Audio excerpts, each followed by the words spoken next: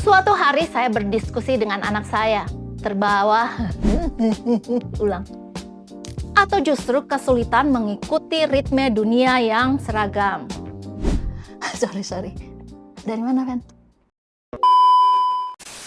Suatu hari saya berdiskusi dengan anak saya. Terbawa kebiasaan seorang pendidik, saya mencoba menjelaskan sesuatu berdasarkan fakta dan data.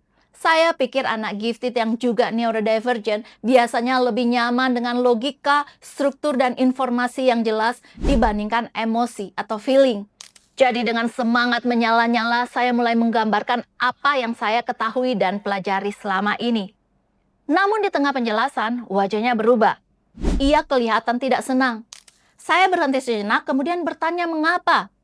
Ia menatap saya dan berkata, "Do you know that's not the way I think?" Kalimat ini membuat saya terdiam. Saya tidak langsung menjawab.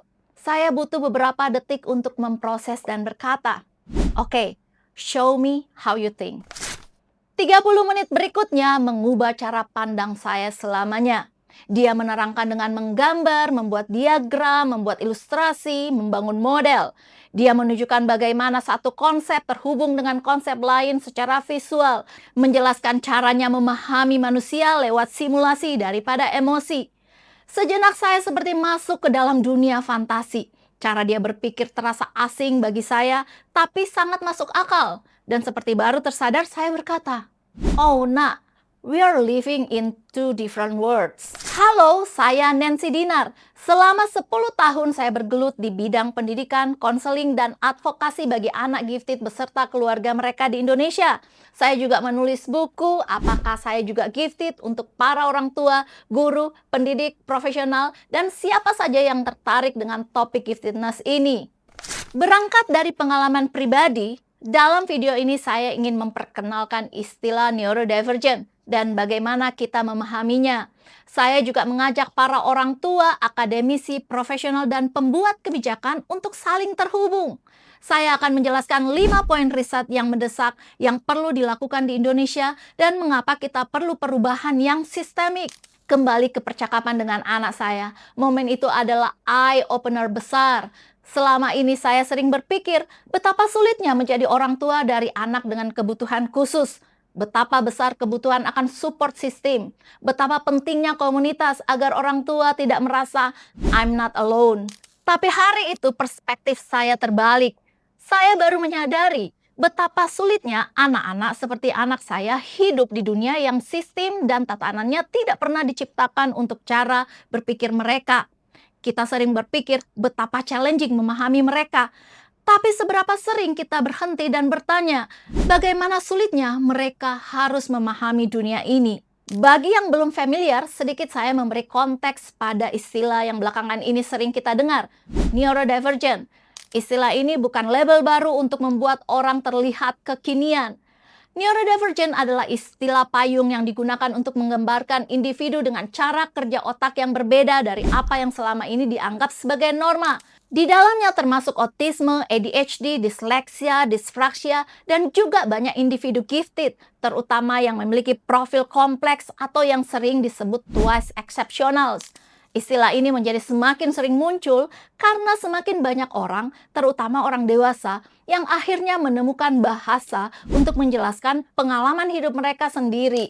Pengalaman merasa berbeda, merasa terlalu intens, terlalu sensitif, terlalu cepat berpikir, atau justru kesulitan mengikuti ritme dunia yang seragam. Mengapa istilah ini terasa trending sekarang? Karena dunia kita menuntut keseragaman. Sistem pendidikan dibangun berdasarkan standar. Dunia kerja makin kaku, kecepatan dan kepatuhan dihargai lebih tinggi daripada kedalaman dan keunikan. Dan di tengah sistem seperti itu, semakin banyak individu yang sadar bahwa masalahnya bukan mereka yang rusak, tetapi sistem yang tidak dirancang untuk keberagaman cara berpikir manusia. Neurodivergent bukan defisit atau disorder. Ini tentang variasi alami cara otak manusia berkembang dan berfungsi. Kembali ke pengalaman dengan anak saya, cara berpikirnya yang terasa asing bagi orang dewasa neurotypical, tetapi di saat yang sama, saya sadar inilah yang sering kita sebut sebagai genius thinking. Inilah cara berpikir yang melahirkan teori-teori besar. Cara berpikir tokoh-tokoh seperti Albert Einstein dan Stephen Hawking memahami alam semesta lalu menerjemahkan ke dalam bahasa yang akhirnya bisa dipahami oleh masyarakat luas. Dunia sangat bergantung pada individu-individu seperti mereka. Namun pertanyaannya adalah, apakah kita memiliki empati untuk memahami bahwa meskipun mereka berbeda, mereka tetap manusia. Mereka tetap memiliki kebutuhan sosial dan emosional yang seringkali tidak terlihat, tidak dianggap, dan tidak diakomodasi. Saya ingin menggeser percakapan ini dari cerita personal menjadi percakapan yang lebih luas, lebih sistemik, dan lebih strategis, terutama untuk konteks Indonesia.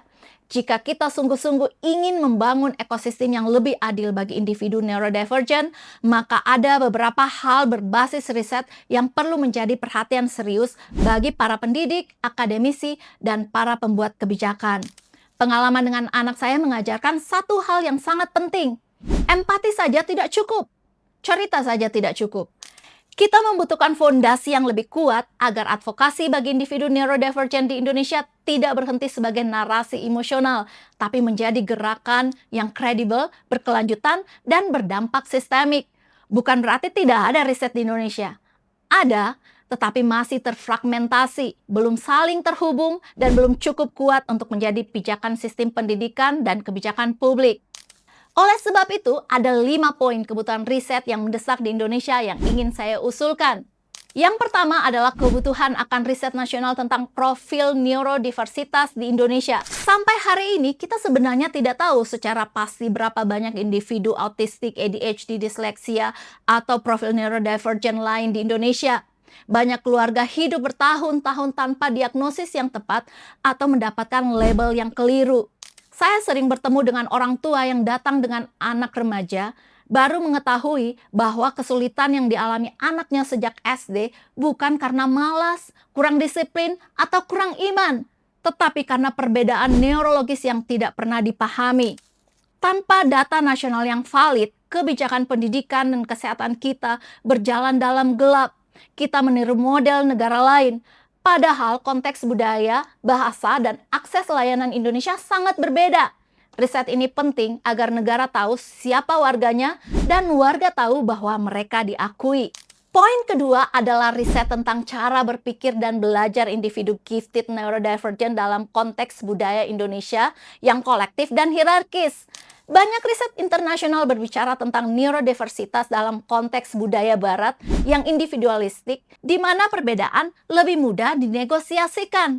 Di Indonesia, anak hidup dalam sistem keluarga besar, sekolah yang hierarkis, dan budaya yang sangat menekankan kepatuhan. Saya sering melihat anak neurodivergent dianggap tidak sopan, melawan atau tidak tahu diri. Padahal yang terjadi adalah perbedaan cara memproses instruksi dan relasi sosial. Misalnya, anak yang tidak menatap mata sering dianggap tidak menghargai guru. Sementara bagi anak tersebut, kontak mata justru terasa invasif. Tanpa riset kontekstual, kita terus salah menafsirkan perilaku sebagai masalah moral, bukan perbedaan neurologis.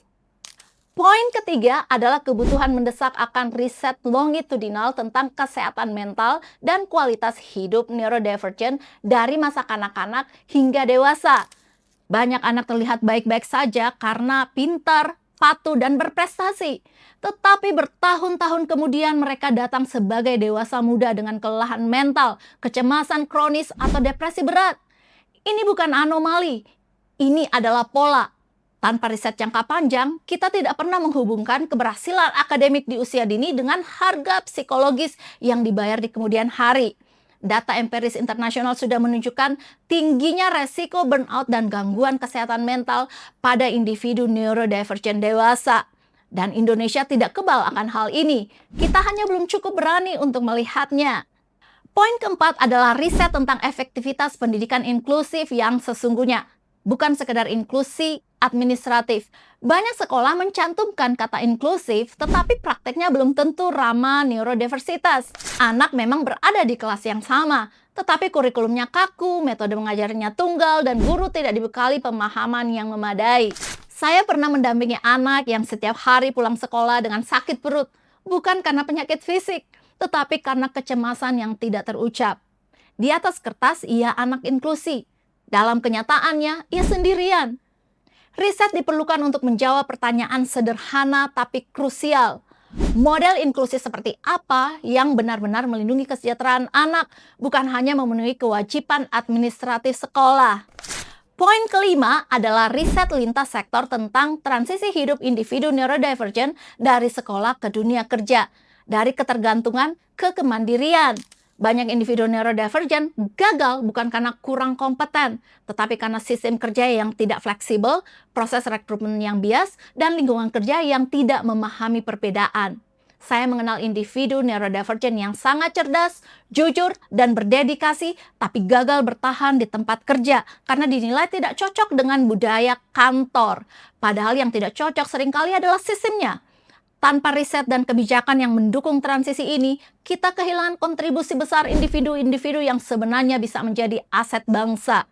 Kelima poin ini saling terhubung. Tanpa riset, empati kita rapuh. Tanpa data, advokasi kita mudah diabaikan.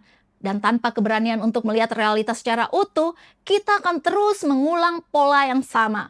Menuntut individu neurodivergent untuk menyesuaikan diri, bukan menyesuaikan sistem agar lebih manusiawi. Pengalaman saya bersama anak saya mengajarkan bahwa memahami neurodivergent bukan soal satu teknik parenting atau satu strategi mengajar. Ini soal perubahan cara pandang, soal keberanian untuk mengakui bahwa mungkin di dunia ini belum cukup adil bagi mereka. Dan jika kita sungguh peduli pada masa depan mereka, tugas kita bukan hanya memahami perbedaan itu, tetapi memastikan bahwa perbedaan tersebut punya tempat yang layak, dihargai, dan dilindungi di negeri ini. Terima kasih Anda yang bersama saya sampai pada tahap akhir ini. Jika Anda merasa video ini penting, bagikan ke rekan-rekan orang tua, guru, profesional, atau pembuat kebijakan yang perlu mendengar perspektif ini. Karena memahami neurodivergent bukan hanya tugas keluarga tertentu. Ini tanggung jawab kita bersama sebagai masyarakat.